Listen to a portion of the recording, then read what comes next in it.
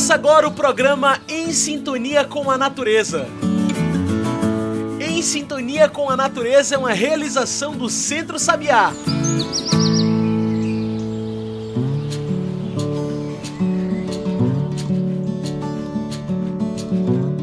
Olá a todos e todas que sintonizam agora com a gente. Eu sou João Lucas França, comunicador do Centro Sabiá, e está começando agora o programa Em Sintonia com a Natureza, o nosso programa semanal sobre o campo, a cidade e o mundo.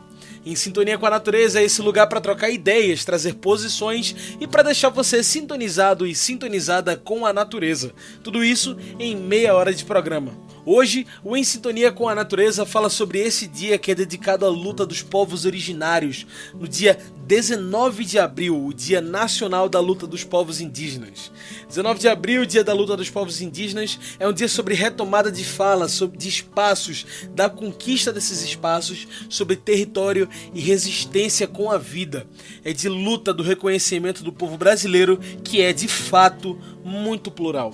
E em meio a isso, essa data tão importante, aproveitamos também para conversar sobre a resistência e resiliência em meio aos tempos que enfrentamos agora com a pandemia do coronavírus. E para falar sobre isso é que temos um grande nome aqui na mesa com a gente hoje. Conosco, Elisa Pancararu. Muito obrigado por aceitar nosso convite, Elisa. Você pode se apresentar melhor pra gente e falar um pouco mais sobre o que você faz? Bom dia, João Lucas. Bom dia, ouvintes do programa Em Sintonia com a Natureza. Eu sou Elisa Pancararu. É um prazer estar conversando com vocês nessa semana de lutas dos povos indígenas, embora estejamos em um momento difícil, onde não podemos estar conversando pessoalmente, mas podemos estar através da rádio, através dos meios de comunicação, falando sobre as nossas pautas nessa semana em especial. Eu sou Elisa Urbano Ramos, sou do povo Pancararu. O povo Pancararu fica localizado no sertão de Pernambuco, entre os municípios de Tacaratu, Petrolândia e Jatobá. Estou coordenadora do Departamento de Mulheres Indígenas da APOIME. A APOIME é a articulação dos povos e organizações indígenas do Nordeste, Minas Gerais e Espírito Santo. É impossível não falar da crise que enfrentamos globalmente hoje, que é a crescente do coronavírus no Brasil e no mundo. Como você vê o povo indígena na luta contra o crescimento do vírus no Brasil? Nossos povos sempre viveram em harmonia com a natureza, em harmonia na forma de conviver, ou seja, tinha o seu próprio jeito de se organizar, o seu próprio jeito de educar, o seu próprio jeito de vivenciar a sua relação espiritual, a relação com os seres visíveis e não visíveis, a sua relação de harmonia com as plantas, com os animais, com sua cosmologia. Ou seja, tinha os seus próprios sistemas de saúde, o seu próprio sistema de educação. Portanto, ao ter o seu próprio sistema de saúde, também havia o seu próprio sistema de cura. Então, eu estou falando havia, mas no presente, o sistema de educação e de saúde e de convivência e de organização, a sua relação com a terra, ainda está presente nos povos indígenas. E aí o meu lugar de fala é o território Pancararu. No entanto, a minha convivência na qualidade de educadora com outros povos, com a organização, com o movimento indígena, a organização que discute a educação, me permite conhecer outros povos em Pernambuco. E aí, essa relação de contato desde a chegada do invasor, do colonizador, mexeu nessa estrutura, nessa forma de vida que esses povos tinham e continuam tendo, né? Então, mesmo assim, os saberes ancestrais, os conhecimentos que nossos antepassados nos deixaram, faz com que a gente conviva com essas situações. Portanto, a luta dos povos indígenas hoje é uma luta pelo seu território principalmente. Por quê? É no território que garante, é o território que garante a sobrevivência, a subsistência física, cultural, intelectual e espiritual desses povos. Então, conviver com essa nova epidemia, eu digo nova epidemia porque ela chega há poucos meses no mundo, no Brasil, e com certeza afeta também os povos indígenas. Então, de norte a sul desse país, os povos indígenas têm se organizado e se preparado para enfrentar essa epidemia. Então, o coronavírus, ele vem mexer também com essa estrutura e fazer com que esses povos pensem essa forma de enfrentamento, né? Essa forma de saber que esse elemento estranho a nosso sistema de saúde está posto e que nós precisamos organizar as nossas defesas, né? A conversar com os nossos parentes, a se isolar do mundo lá fora. E mesmo assim, esse mundo lá fora não está isolado da gente, né? Então, os nossos parentes circulam por esse mundo lá fora, né? Transitam da aldeia para fora da aldeia e vice-versa, né? Bem como pessoas estranhas. E isso faz com que a gente se prepare para essas defesas, né? Para o não contato com essa doença que está posta, que está aí. No entanto, o problema da epidemia se soma a outros problemas. Se soma à garantia da alimentação, se soma aos problemas dos profissionais, seja os de carteira assinada ou ligada a uma instituição, ou os autônomos, como vamos chamar de autônomos no nosso contexto, os agricultores e as agricultoras, ou os artesãos e as artesãs, que depende de uma troca no sentido de garantir a sua economia, garantir a sua forma de compra de alimento, a sua forma de troca de alimentos, né? E aí a gente vai conviver com todas essas situações que o Estado brasileiro coloca para a sua sociedade e, lógico, os povos indígenas que estão inseridos nessa sociedade. Existe alguma medida formal que tem sido tomada, até para a própria defesa entre os indígenas? De que forma vocês têm se organizado para evitar o contágio? Uma primeira medida tomada pelas lideranças indígenas foi fechar as entradas das aldeias que dão acesso às cidades, ou seja, não receber pessoas estranhas. Então, por que isso? Pela possibilidade dessas pessoas trazerem consigo o vírus e contaminar algum indígena. Uma vez contaminando esse indígena, com certeza contaminará uma grande parte dessa população, pela nossa prática de viver coletivamente. E aí, essa é uma primeira medida. Junto a ela vem a medida das informações, né? As informações promovidas pela CESAI, promovida por outras instituições, pelos meios de comunicação que informam a cada momento, atualizam os dados e divulgam os perigos que a população, que as pessoas estão expostas.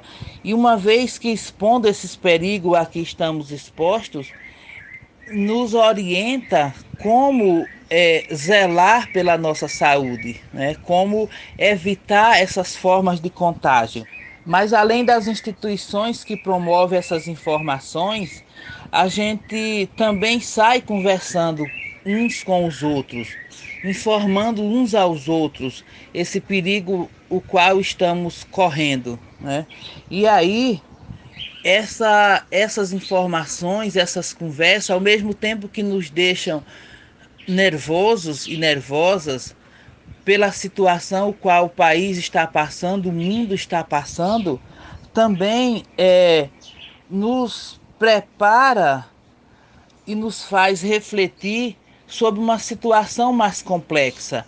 Então, e aí me faz lembrar do filme Titanic. Quem será nenhum caso, nenhuma situação de uma contaminação em um número maior de pessoas, quem será atendido primeiro? Quem será escolhido? Quem ficará por último? Quem será assistido primeiro? É verdade. Agora, para quem ainda não entendeu a dimensão do avanço do coronavírus em nosso país, é preciso que a gente se lembre sempre que devemos seguir as recomendações dos órgãos de saúde interessados com a vida acima de tudo. Você acha que estamos no caminho certo ou falta ainda o pessoal se mobilizar? E aí vem os desafios. Muitos desafios estão postos, né? Então, o primeiro desafio é internamente fazer com que os nossos parentes entendam a gravidade do problema. Então, milhares de pessoas que convivem nas aldeias, então nem todas irão ter esse entendimento, até pela sua prática de vida coletiva, de que devemos nos isolar uns dos outros, né? E que o perigo que estamos correndo, talvez por não ter nenhum caso ainda constatado aqui em Pernambuco, em áreas indígenas, mas os meios de comunicação estão à nossa frente. Estamos sabendo informações do que acontece de norte a sul do país com outros parentes, com outros povos em outros estados. E aí as próprias lideranças do movimento indígena passam a todos os dias informar essa problemática, chamar atenção para a necessidade de termos cuidado, de estarmos nos cuidando, mas também cuidando dos outros, cuidando das outras pessoas, dos outros parentes. E ao mesmo tempo que nos cuidamos em relação à doença, estamos também nos cuidando em relação a outras questões, como educação, como saúde, como alimentação, como a gestão ambiental, como estar cuidando do nosso território. E nesse momento, a nossa espiritualidade nos fortalece e nos faz pensar, nos faz ter uma fé e a partir dessa fé nos fortalecer enquanto sujeitos coletivos. Elisa, infelizmente nosso tempo de entrevista está acabando, mas foi muito bom bater esse papo com você hoje. Você tem alguma mensagem final para deixar para quem nos ouve, algum recado? O que eu tenho a dizer como recado para os nossos ouvintes é que o respeito se faz necessário. O respeito às diferenças, o respeito aos modos de vida dos povos indígenas e de outras pessoas devem ser respeitados. Nós vivemos em um contexto de racismo nesse país, nesse caso, o racismo, o caso dos povos indígenas, e aflige a todas as questões a nós direcionada. Então, uma primeira questão de racismo é não respeitar os nossos territórios. Então, os nossos territórios são sagrados para nós. É deles que nós tiramos todos os nossos sustentos. Então, não é apenas o sustento físico, mas o sustento cultural, o sustento das nossas histórias, dos nossos antepassados, o sustento da nossa espiritualidade. E esse racismo faz com que a atenção à nossa saúde, as políticas públicas de saúde sejam deficientes. As políticas públicas de educação têm as suas falhas. A atenção às mulheres passe por um contexto de violência, por toda a construção de machismo que esse país, que essa nossa sociedade tem. Então, a atenção à juventude e às crianças passa por essa questão do racismo. Então, falar de racismo nesse momento, do desrespeito às nossas especificidades, é também atrelar a uma conjuntura que é posta sobre o coronavírus nesse país, sobre a pandemia que assola o mundo, mas que chega aos nossos territórios, mas que tem a possibilidade de assolar os nossos territórios e a nossa gente também. Por isso, tudo passa por um apelo, mas o respeito ele tem uma dimensão enorme. Então, é um momento de reflexão de como vamos nos apoiar, de como vamos nos defender, de como vamos buscar essas defesas entre nós, mas também na nossa forma de contato com outras pessoas. Muito obrigado por participar com a gente hoje, Elisa. Gente, conversamos com Elisa Pancararu. Muito obrigado pela sua participação.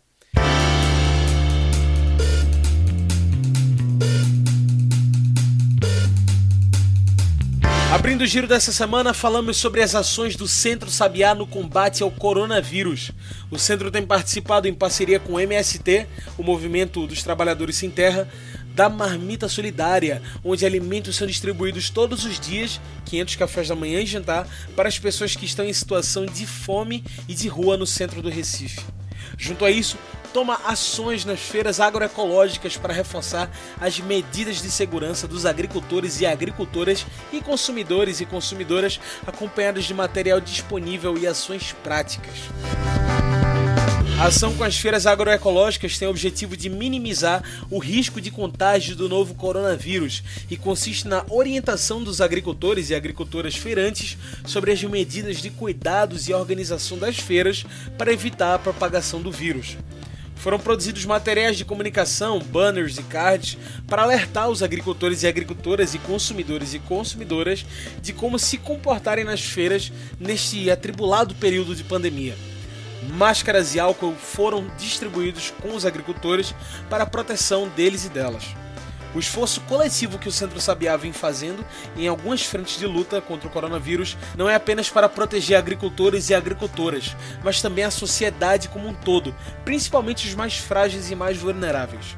E uma de nossas fortes frentes de resistência na cidade são as feiras agroecológicas. O campo e a cidade estão juntos na luta contra o coronavírus. Esse foi o nosso Giro de Notícias. Agora você acompanha um episódio da nossa radionovela Entre o Sertão e a Capital.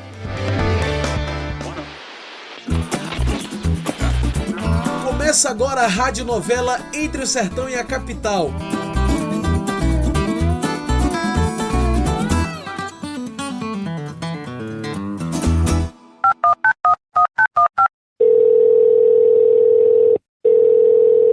Alô, Fran? Oi, Gel. Bom dia, meu irmão. E aí, minha irmã, tudo bom contigo por aí? Como vão as coisas em meio a tudo isso aí de coronavírus? Tudo bem por aqui, Gelzinho. Todo mundo em casa, todo mundo ajudando com alguma coisa. Assim, com o tempo a gente vai se adaptando. Ah, que coisa boa. É bom ter um pouco de paz no meio disso tudo, né não? É verdade, Gel. Demora para acostumar, mas a gente tem que entender que é pro nosso bem. Ficar em casa não é opção, é obrigação. É para proteger nossa família. Frio você não passa, minha irmã, porque você tá coberta de razão. Ai, ai. E tu, hein, Gel? Como é que estão as coisas por aí pela cidade? Fran, não vou mentir pra tu não. Eu tô um pouco preocupado, porque eu tô vendo mais gente indo pra rua, sabe? Se essa coisa do coronavírus já tivesse passado, só que não passou. A gente não chegou nem no pico das contaminações ainda. Ah, Gel, nem me fale. Me enche de tristeza ver meus vizinhos saindo. Assim, como se tudo estivesse bem. Eu sempre grito daqui da janela: Dona Maria, não saia! Mas parece que o povo não quer ouvir. Pois é, Fran. Eu sei que é ruim ficar em casa e ficar com medo, mas a gente precisa estar em alerta, sabe? Exatamente, George. Com a saúde não se brinca. E outra coisa, eu vi na televisão um negócio de auxílio de renda emergencial. É um dinheiro que o governo vai liberar durante essa época de isolamento. Não é assim, Gel? É por aí, Fran. É um projeto do Senado que vai disponibilizar o pagamento de uma renda emergencial de R$600 durante 3 meses. Quem tem direito ao benefício são os brasileiros em situação de vulnerabilidade social. As pessoas desempregadas, com baixa renda, trabalhadores informais, sem carteira assinada, por aí vai. Na prática, o pagamento pode chegar até R$1.200 por família. Aí tem as particularidades lá para chegar nesse valor. Pronto, é isso mesmo, Gel. Até para facilitar no processo, pedem para fazer um tal de cadastro único, para ter menos burocracia na hora de tirar até o dinheiro, né? É isso mesmo, Francisca. E tu sabe por onde é que faz esse cadastro? só pode fazer em site oficial.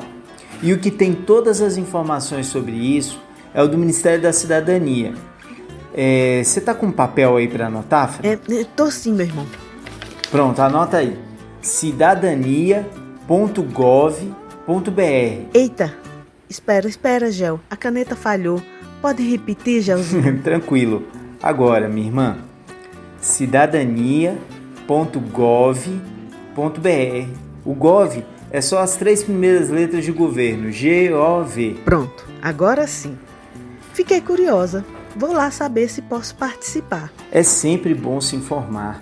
Às vezes, a gente nem precisa, mas conhece alguém que está precisando muito, né? É mesmo, Gel. Olha, agora eu vou lá, viu? Vou cuidar que ainda tem muita coisa para fazer hoje. Sempre que precisar, me ligue, viu, minha irmã? É sempre bom conversar contigo. Um cheiro. Beijão.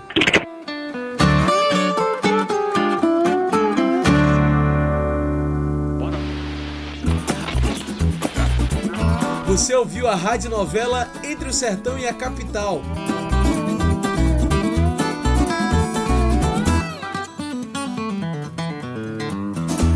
Em sintonia com a natureza, você acabou de ouvir a radionovela Entre o Sertão e a Capital. E pessoal, é isso. O Em Sintonia com a Natureza vai ficando por aqui e a gente agradece demais a todos vocês que acompanharam o programa com a gente hoje. Lembramos sempre que você tem que seguir as nossas redes. Passa lá no Insta e no Twitter e procura por Centro Sabiá. Aí você tem acesso a tudo que a gente faz. Esse programa foi produzido e editado por mim, João Lucas França, com a supervisão operacional de Darliton Silva, o comunicador popular do Centro Sabiá. Tchau, pessoal, e até a próxima sintonia. Você ouviu o programa Em Sintonia com a Natureza.